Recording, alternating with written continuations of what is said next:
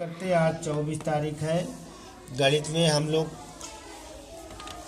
आयत वर्ग को समझ चुके हैं और समझना क्या है घन और घनाभ।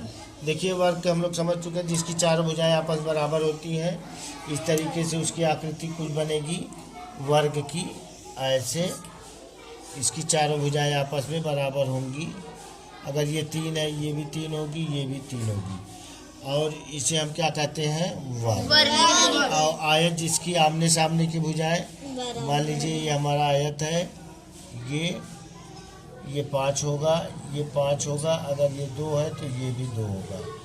कुछ इस तरीके से बनेगा। ठीक, ये हमारा क्या हो जाएगा आयत। और इसमें आयत तो दोनों वर्ग में से भी इसमें लंबाई चौड़ाई होगी।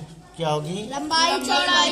इसमें लंबाई चौड़ाई, इसमें सभी भुजाएं समान होंगी। इसी प्रकार से घन की सभी भुजाएं समान है। समझ गया? वर्ग का क्षेत्रफल क्या होगा? एक भुजा का स्क्वायर या वर्ग। अब घनाभ का आयतन।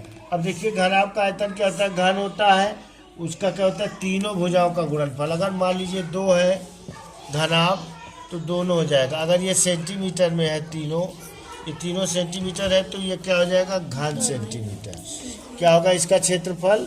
और एक 15 है और ऊंचाई 10 है। ये लंबाई हो गई, ये क्या हो गया? चौड़ाई हो गई। और ये क्या हो गया? ऊंचाई। देखिए घनाभ में ऊंचाई आता है। जैसे ये है, मैं आपको दिखाता हूँ। ये आप लोग ईंट देख रहे हैं, ये देखिए ईंट है। तो ईंट को अगर आप ऐसे रख दीजिए तो हम इसको ऐसे समझेंगे। ये जो आपको दिख रहा है ये क्या है? लंबाई है। क्या है? और ये चीज क्या है? चौड़ाई। और यहाँ से नीचे उठाने पर ये क्या है? ऊंचाई। तो हम इसका जब उसमें क्या निकालते थे? क्षेत्रफल। क्या निकालते थे? वर्ग और आयत का क्षेत्रफल। और इसमें क्या निकालेंगे? आयतन। घन और घनाभ में क्या निकालेंगे? आयतन। अब इसका गुणा कर देंगे। आयतन लंबाई गुणते चौड़ाई देखिए है 20 है और 15 है। सब सेंटीमीटर में है 10।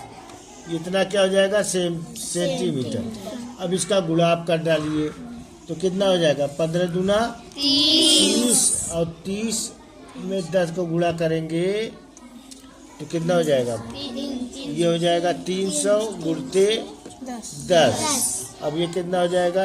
1 0 और 3000 घन सेंटीमीटर आएगा।